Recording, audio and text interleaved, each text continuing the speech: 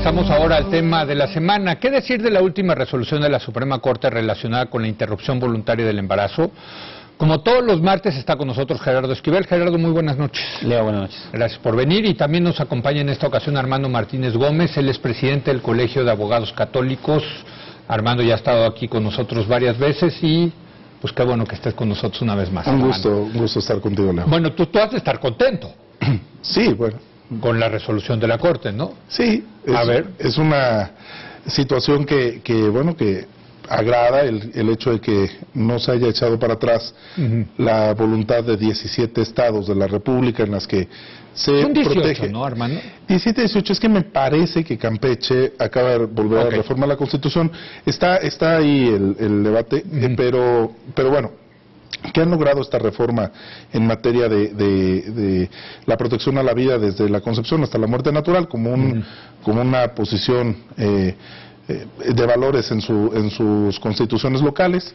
Esto no ha sido declarado inconstitucional y bueno, pues la Suprema Corte de Justicia de la Nación en ese sentido y también en el tema de la despenalización del aborto, porque esto hay que decirlo, no se ha pronunciado ni en un sentido ni en otro y ha desestimado las acciones de inconstitucionalidad que se han promovido.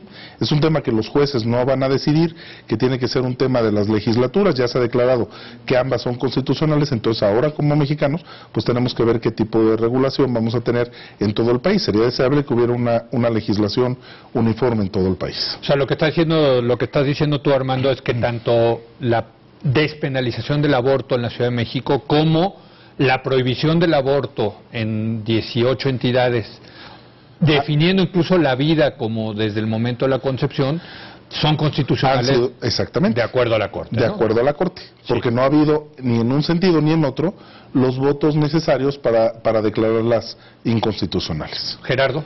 Bueno, a mí me parece que es una decisión de la Corte que yo lamento mucho. Me parece que es una decisión que abre la puerta un poco a este movimiento conservador que lo que busca es, en su discurso, es proteger la vida, efectivamente, pero me parece que también en el proceso lo que hace es reducir los derechos de las mujeres y de criminalizar a las personas que por una razón u otra, a muchas razones económicas, por razones personales, profesionales, las que sean, deciden suspender un embarazo. Y entonces me parece que este movimiento conservador y esta decisión de la Suprema Corte permite este avance de este movimiento, a contrapelo, me parece, de lo que se ha logrado en otras entidades, como en el caso del Distrito Federal, en donde existe la posibilidad de la interrupción legal del embarazo, dándole pleno derecho a las mujeres para decidir sobre su cuerpo, sobre su salud reproductiva, y sobre el derecho a ejercer esta posibilidad, que insisto, es importante decirlo, nadie está a favor del aborto, es una decisión muy difícil en el caso de las mujeres y en el caso de los hombres también que participan en este proceso de decisión, pero que simplemente la cuestión es si se criminaliza o no ese hecho, y me parece que estas decisiones abonan un poco en la dirección contraria a la que habíamos avanzado, al menos en algunos lugares como el caso de la Ciudad de México. Sí, bueno, yo creo que etiquetaron el Movimiento por la Vida, yo no lo etiquetaría a unos de liberales o conservadores, me parece que eso es ya del siglo pasado. Yo creo que en este momento se ha expresado la mayoría de las entidades federativas de la República, lo cual hace suficiente y haría suficiente para llevar este debate al Congreso de la Unión. Y yo creo que también no es solo un tema de mujeres, porque se ha etiquetado con que es una decisión de las mujeres. Bueno, también los hombres, y en ese sentido tendríamos que entrar en el debate, se ha negado en México muchísimo el tema de la cuestión de los derechos de la paternidad, y también se ha excluido a los hombres del debate, haciéndolos más irresponsables en esta situación. ¿Por qué? Porque finalmente también hay una corresponsabilidad para que la mujer esté embarazada, no se embaraza por obra y gracia, ¿verdad? Se embaraza por una cooperación sexual masculina, y en ese sentido los derechos de la paternidad también tendrían que ejercerse. Este debate tiene que ser un debate mucho más amplio de lo que se ha dado, y lo que estamos buscando con la protección a la vida desde el momento de la concepción no es meter a las mujeres a la cárcel, no, es establecer un eje rector de un valor fundamental en México, que es en este sentido la vida, del cual se derivan todos los demás derechos, y buscar opciones alternativas, políticas públicas, para que las mujeres también puedan tener opciones en el caso para tener a sus hijos. Pero déjame preguntarte sobre, porque creo que el tema de la criminalización es toral en este asunto, claro, ¿no? El tema es, si algo está prohibido, o sea, si la ley prohíbe algo, ¿no? O sea, pues hay que tener mecanismos para evitar que se haga esa conducta, y generalmente el Estado lo que hace es castigar esa conducta. Puede ser a través de una multa, de la cárcel, en fin, hay varios elementos punitivos, creo que como les dicen ustedes los abogados, ¿no? Ahí, ¿qué están proponiendo ustedes los que están en este movimiento conservador o pro vida o como le quieras llamar, no importa? ¿Se debe de castigar a las mujeres que abortan, sí o no? Vamos a ver. Por ejemplo, Chiapas, que lo adujo la propia ministra Luna Ramos en los debates. Chiapas lo que establece es un tratamiento para las mujeres que abortan, porque el síndrome posaborto, por ejemplo, es una cuestión que nadie puede negar que existe. Es decir, el síndrome que tienen las mujeres por ese sufrimiento, por esa situación, es una cuestión de atención. Existe el reproche social, por supuesto, como lo existe en el Distrito Federal. Es decir, en el Distrito Federal sigue siendo un delito el aborto. Lo que no está es penado, pero sí está puesto en el Código Penal. Incluso antes de las 12 semanas de gestación, el legislador establece que es un delito. El punto es que no se penaliza, es decir, no se lleva a la cárcel a las mujeres por ese delito. Hay una especie de excluyente. Entonces, en ese sentido, por eso es que en las legislaciones está establecido que el aborto, pero hay distintos tratamientos o distintas situaciones, como por ejemplo esta cuestión del tratamiento médico que existe. Pero eso no es un castigo, es podría decirse que es hasta un apoyo. Bueno, no, porque yo eso no estoy de acuerdo, porque me parece que eso es estigmatizar de alguna manera y suponer que la mujer tiene que pasar por un proceso de recuperación de alguna naturaleza. Claro que hay una afectación psicológica seguramente, pero ya estará en la decisión de cada quien si lo toma o no, si es voluntario, digamos eso a una hora en un lugar con cierto. ¿Esto es obligatorio en Chiapas? Sí, me parece que sí. Este es un poco el punto, que es estigmatizar esa actitud. Ahora, por otro lado, eso de que no se va a criminalizar, bueno, eso es un supuesto, digamos, pero se abre el camino a que todo eso ocurra, porque nada impide que, dado que la legislación, en el caso, sobre todo en el caso de Baja California, que es un poco más ambigua, me parece que el caso de San Luis Potosí, como se define en el artículo, la vida empieza en el momento mismo de la concepción. ¿Cuál va a ser el tratamiento para alguien que toma la pastilla al día siguiente, por ejemplo, o para alguien que lo de la fertilización in vitro, cosas de este tipo, en donde ya no queda claro exactamente si alguien está cometiendo o no un delito, y se abre la puerta a que se busque penalizar? Digamos, se puede decir que ahorita no está penalizado efectivamente, porque en los códigos penales estatales eso no está incorporado, pero se puede hacer, por supuesto, y ese me parece que es el problema. Además, creo, y yo creo que eso un poco fue el problema en la Suprema Corte, que la discusión se llevó más a este tema de la concepción de la vida, al tema de los derechos de las mujeres. A mí me parece que lo más complicado de todo esto, y lo que creo que hubiera funcionado mejor como argumento legal, sin ser yo un experto en el tema, era el hecho de que abre a una heterogeneidad en términos de qué es una persona. ¿Quién es persona en México? Ahora, según unos estados, según Baja California, una persona es el producto en gestación, es una persona.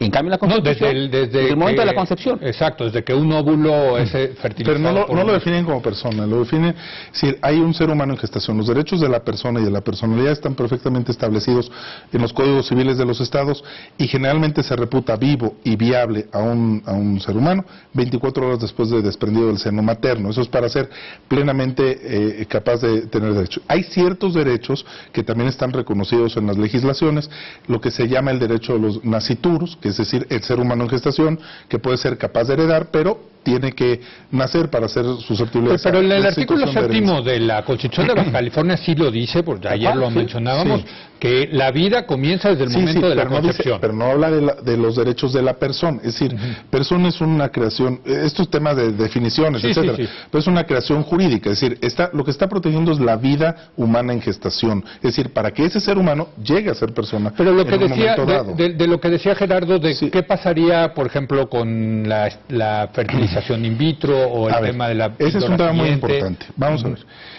El gobierno federal, en sus políticas públicas de salud, estemos o no de acuerdo, porque ese sí es un tema de salud pública, y desde el punto de vista moral podrá ser reprochar, pero está en la legislación. Incorporó desde hace mucho tiempo el tema de la píldora al día después como un tema de medicamentos de salud general.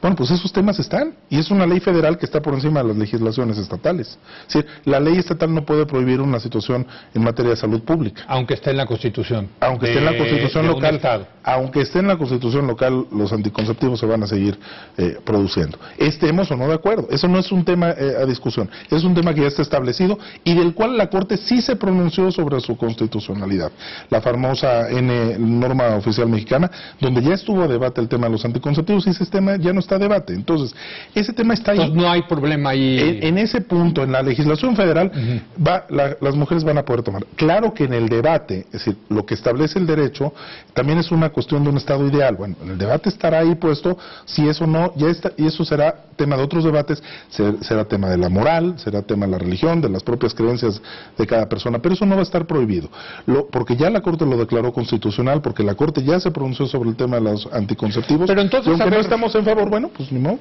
está ahí. Lo que no me queda claro entonces, ¿para qué hacer tanta bola si el piso está tan parejo, no? O sea, ¿para qué definir el derecho a la vida y desde la concepción, si no se va a criminalizar, si no se va a penalizar el aborto, y si se va a seguir con estas prácticas de in vitro y de... Bueno, no solo eso, en el caso de San Luis, además, se sigue permitiendo el aborto bajo ciertas circunstancias. Sí, claro, ahí está. Entonces, es un poco esta ambigüedad. Es lo que yo creo que es un problema y que lo que va a dar lugar a esta discusión es esta ambigüedad y en donde se puede prestar a ciertas cosas. Digamos, yo, a lo mejor puede ser que en el caso de la píldora del día siguiente, pues está establecido y hay una posición al respecto. Pero me parece que hay otros puntos, e insisto, en el tema del aborto, la persona que comete un aborto, pues va a estar sujeta a ser criminalizada, sí, sin duda. Y como lo está, como ha ocurrido en algunos estados, me parece que en Querétaro es el caso. En Guanajuato también, donde ha habido muchos casos de esta naturaleza. Y yo creo que ahí, digamos, sí es lamentable en el sentido, me parece, de nuevo regresar a una discusión antigua, en donde ya se había considerado, al menos me parece que ese es un poco lo que se había ganado con el tema del Distrito Federal, es tratar al aborto como un tema de salud pública, ¿no? Ayer justamente se daban las cifras, el secretario de Salud decía, en 4 años no ha habido una muerte por causas de aborto en la Ciudad de México, porque ya no hay abortos clandestinos. Digamos, es un tema de salud pública y ese tratamiento que se le dio gracias a la legislación que hay en el Distrito Federal y a que se permite y es gratuito el servicio en la Ciudad de México, me parece que eso, regresar un poco a una discusión en otros estados, me parece que a mí en lo personal no me gusta y además hay que decirlo. Es regresivo. Es regresivo y además, bueno, además está el hecho de que no se rechazó, porque no hubo una supermayoría que se pide en la Corte para hacer inconstitucional eso. La mayor parte de los ministros de la Suprema Corte, hay que decirlo, votó a favor de declararlo inconstitucional. 7 ministros contra 4. No se alcanzó la octava porque es un requisito que yo no termino de entender la lógica. No, pero el requisito está en el 105 constitucional desde toda la vida. Yo no digo que no existe, sí existe, pero no entiendo un poco la lógica de que tenga que ser con esa magnitud. Una supermayoría. Una supermayoría. Pero entonces sí hay ciertos argumentos, me parece, en favor de que una legislación de esta naturaleza puede generar problemas de constitucionalidad en ese sentido, ¿no? En el sentido de que genera esta heterogeneidad regional y cambia el sentido de la discusión y lo regresa a un tema moral, ¿no? Regresivo. Habla Gerardo de regresivo. Yo creo que no. A ver, la Corte tiene esos candados sobre la constitucionalidad. Aquí quiero insistir, tanto los que promovimos en su momento la acción para que se declare inconstitucional la reforma del Distrito Federal, como los que promovieron ahora el tema de Baja California, San Luis Potosí, ninguno de los dos obtuvo la mayoría que requiere el artículo 105. ¿Y por qué?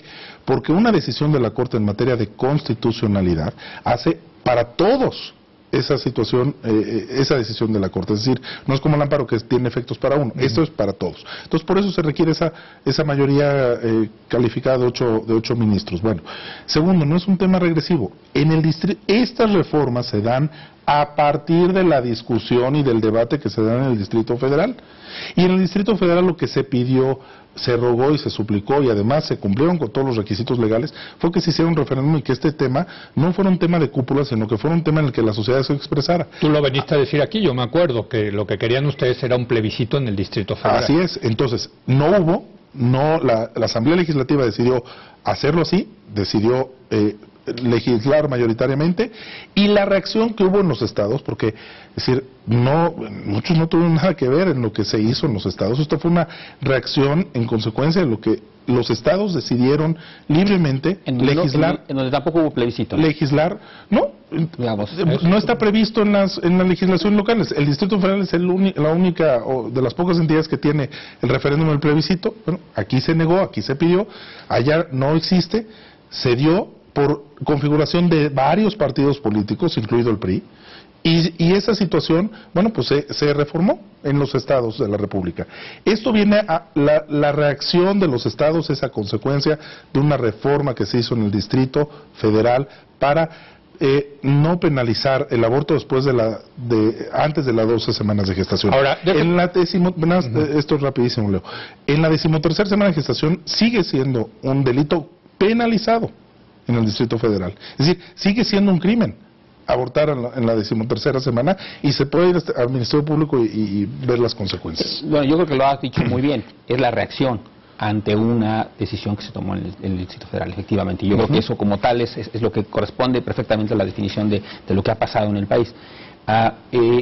Y es cierto, sigue en el Distrito Federal, después de las 3 semanas, efectivamente, se puede criminalizar, pero sí, justamente lo que no se puede hacer, me parece, que es lo que se hizo en estos estados, que fue poner en la Constitución algo que está sujeto a una gran discusión de todo tipo, científica, moral, etcétera, que es y que no está en la Constitución Federal. Y que no está en la Constitución Federal. Y eso es lo que establece, me parece, esa heterogeneidad y ese traslapamiento de visiones sobre dónde empieza la vida. Y eso es donde yo creo que era el argumento legal, me parece, en mi opinión, sin ser un experto, insisto, el argumento más fuerte desde el punto de vista legal, más allá del hecho de si los derechos de las mujeres se afectaban o no, y del hecho de si de cuándo empieza la vida. El tema de que existe esta contraposición entre lo que está estipulando la ley local y lo que está estipulando la ley federal, y el hecho de que está estipulando algo que está sujeto a una gran discusión científica y moral, me parece que es donde está el retroceso, porque el Distrito Federal efectivamente lo que dice, con base en un argumento científico, es el hecho de que pues antes de la 12ª semana no está completamente configurado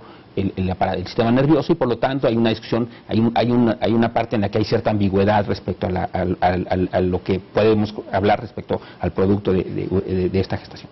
Entonces, pero lo que hace esta reforma es establecer un criterio único, y efectivamente se pedía aquí en el Distrito Federal un plebiscito y que no fuera cupular, y en todas las otras entidades pues, más bien fue exactamente eso, fue buscar revertir una decisión de esta naturaleza en el Distrito Federal por la vía de las reformas locales, y pues no dudo que efectivamente se busque una modificación de esta naturaleza a nivel federal, pensando que hay una mayoría constitucional en los estados que avala esta visión que ustedes tienen. Y mira, en el tema de las 12 semanas, en España se puede abortar hasta las 18 semanas, ¿no? Entonces, es decir, es un tema que no está todavía definido, pero sí no podemos negar que un espermatozoide, un óvulo fecundado y en la madre puede llegar a ser un ser humano en gestación en las 9 semanas. Es lo que estamos defendiendo, que se pueda llegar a ese libre término, esa decisión de una mujer y de un hombre en tener a su hijo, ¿no? Bueno, pues a mí se me quedan muchos temas, entre otros, pues está también el tema hay un régimen en el Distrito Federal y otro régimen en los 17 estados. ¿Cómo van a convivir estos dos regímenes? ¿Tiene que ser esto federal? El otro día tú me decías que sí, ¿no? Yo creo que esto debe derivar en una cuestión federal, indefectiblemente. Bueno, para un lado o para otro. Yo no, es decir, no estoy diciendo... No, bueno, pero a ti te gustaría que se fuera claro, por un lado, por supuesto, ¿no? pero yo creo que en una concordancia de derechos así debería ser. Y tú también, ¿no? O sea, bueno, no necesariamente. Yo puedo entender que haya diferencias. Yo no quisiera que se le impusiera a la gente del estado de Guanajuato, por ejemplo, la visión que prevalece en un segmento muy importante de la población del Distrito Federal. Pues yo no estoy de acuerdo con eso. O sea, tú sí estás dispuesto que haya diferencias regionales. Porque ahí no hay una heterogeneidad en términos constitucionales de qué es una persona. Ahí se reconoce que en un caso y en otro, y simplemente lo decimos, no se sabe, y por lo tanto no legislemos al respecto. Entonces, pero la heterogeneidad me parece natural, ¿no? Eso no me parece mal. Bueno, pues ahí está, ahí está el debate. Ahí está el debate, lo seguiremos teniendo aquí en Es la Hora de Opinar. Gerardo, muchas gracias. Armando, muchas gracias a usted por habernos acompañado. Yo mañana lo espero en punto a las 10 de la noche, cuando otra vez sea la Hora de Opinar. Aquí nos vemos.